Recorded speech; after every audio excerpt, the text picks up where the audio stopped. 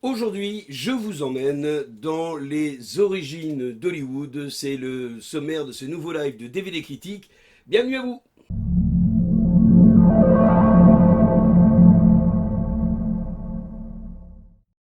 Et toi alors? Pardon? Si tu pouvais aller n'importe où dans le monde, où est-ce que tu irais? Je vais faire partie de quelque chose d'exceptionnel. Eh bien oui, aujourd'hui, je vais vous parler du premier événement de l'année 2023. Ça sortira le 18 janvier prochain. C'est le nouveau film de Damien Chazelle. Alors Damien Chazelle, on le connaît parce que c'est lui qui a fait, à mon sens, l'un des films musicaux les plus impressionnants et les plus intéressants que le cinéma ait pu faire et qui s'appelait Whiplash. Et puis c'est aussi lui qui a été couronné d'un grand nombre d'Oscars pour sa comédie musicale La La Land.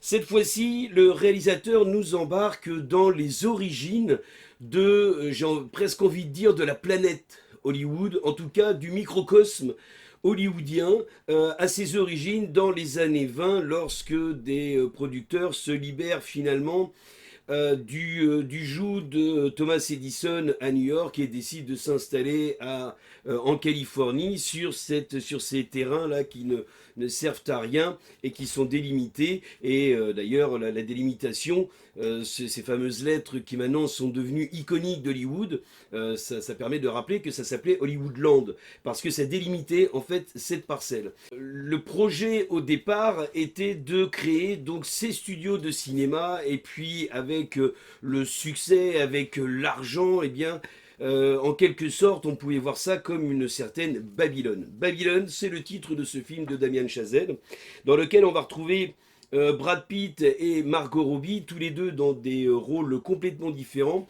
Ce qui est surtout intéressant dans le scénario qu'a écrit Damien Chazelle et qui est donc illustré par les personnages de Brad Pitt et de Margot Robbie, c'est que on va traverser des périodes. Alors il y a cette période faste avec une mise en scène très flamboyante, presque à la Baz Luhrmann, notamment la scène d'ouverture dans laquelle on rentre dans une espèce de fête qui fait évidemment penser à Gatsby le Magnifique, pardon.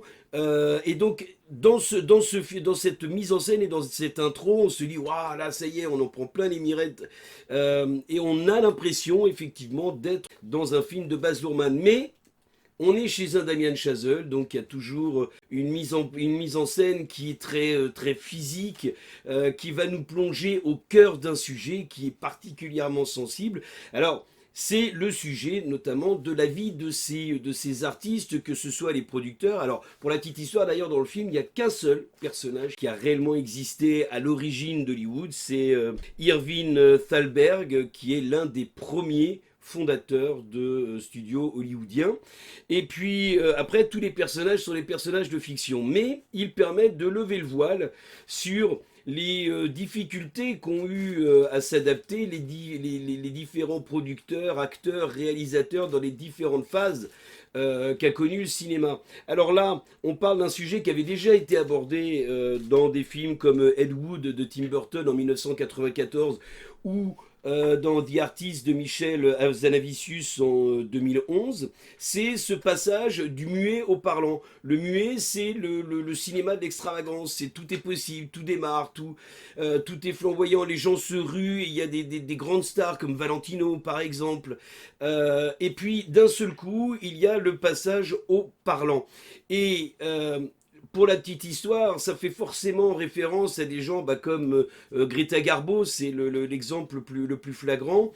Greta Garbo qui était une très grande star du muet et puis qui, au moment du passage au parlant, a eu une très grosse frayeur parce qu'elle s'est dit, est-ce que les hommes vont continuer à m'aimer tout simplement parce que Garbo avait une voix très rauque qui pouvait rebuter les hommes. On sait par l'histoire qu'il n'en est rien, mais certains comme Bela Lugosi par exemple, dont on parle dont Tim Burton parlait dans Ed Wood, Bela Lugosi lui justement a subi ça, c'est-à-dire que sa carrière s'est arrêtée, il n'a pas su faire le passage du muet au parlant.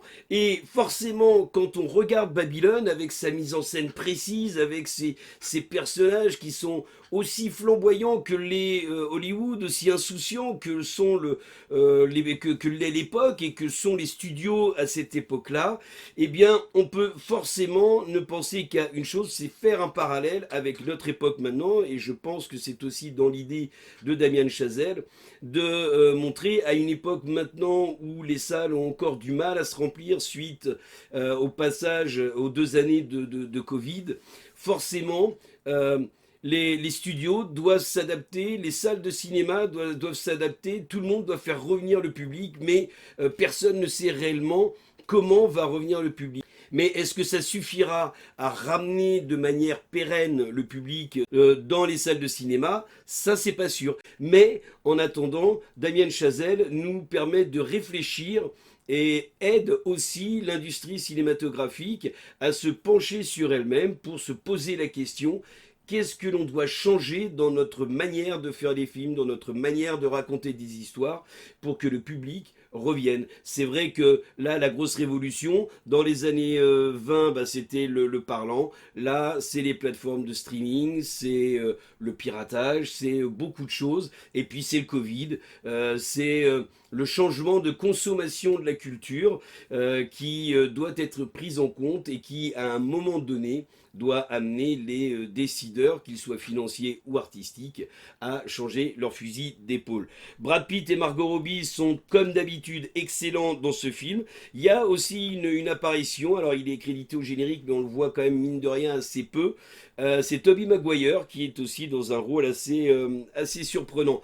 Je finirai le parallèle parce que dans le film, on en parle beaucoup de Chantons sous la pluie, parce que Chantons sous la pluie est le premier film qui a abordé ce sujet de manière frontale, le sujet du passage du muet au parlant, en se moquant de ces artistes qui avaient une voix complètement décalée par rapport à l'image qu'ils reflétaient. Voilà. Babylone, ça sort le 18 janvier 2023. C'est le nouveau film de Damien Chazelle. C'est une réussite. Voilà, tout ça pour dire Babylone. Je vous invite fortement à aller le voir. Ça sort le 18 janvier. Premier choc cinématographique de l'année 2023.